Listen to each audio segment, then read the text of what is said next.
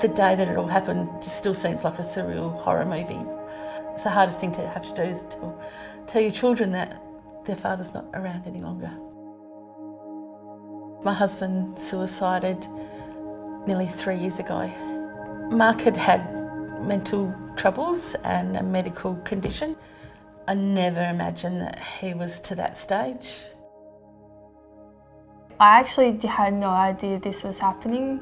Dad kind of had mask on, so like he'd have a mask on when Kelly and Mum were around, but when I came in, it was just him, like it was Dad.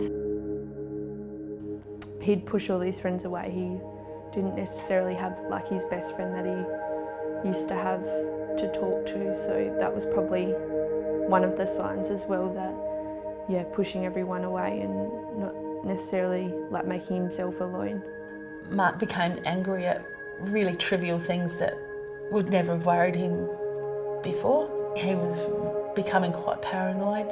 Yeah, I just think he was going through lots of stuff and he didn't necessarily want the help that he could have. He didn't see that, he thought that was a weakness, I think.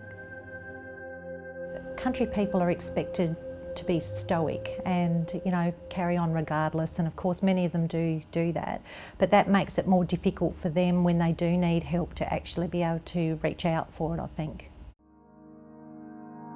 When things on the farm are not going well, either drought or low milk prices in our case, or floods or whatever it is, it's very easy to be negative about it all the time. At my lowest point used to be those early hours in the morning getting the cows. I really just wanted to be alone, and I had some horrible thoughts. There was times I used to turn the lights of the motorbike off because I felt like I was more alone. I never got to the suicidal point.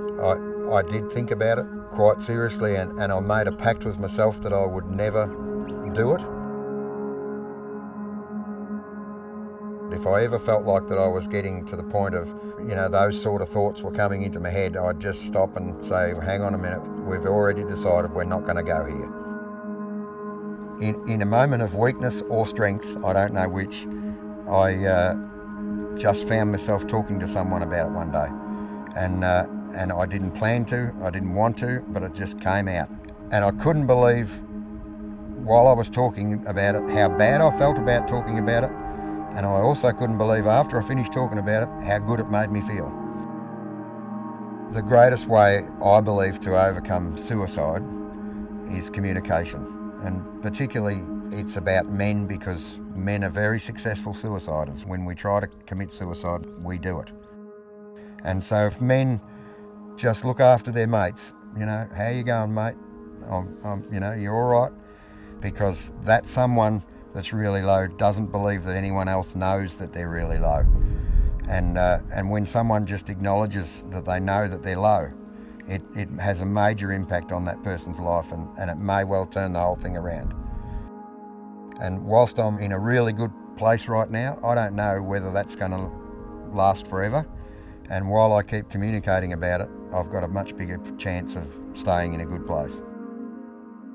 Taking a moment to actually listen to someone when you say, "G'day, how you going?" You see someone in the street, you say, "G'day, how are you?" But you haven't actually stopped, and before either of you even answer good or not good, you've actually gone past each other.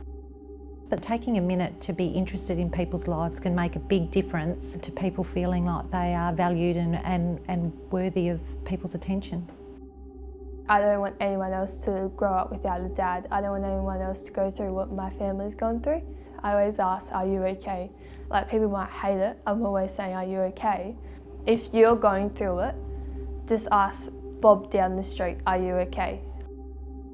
My policy now is to say, okay, as soon as I start thinking bad, I've got to turn that around and start saying, well, let's find the positives and work through the positives. Mental health issues is not weak. It just requires enormous courage to get through it. If you or someone you know needs support to recover from mental ill health, call Mind Connect 1300 286 463 or the Carer Helpline 1300 554 660.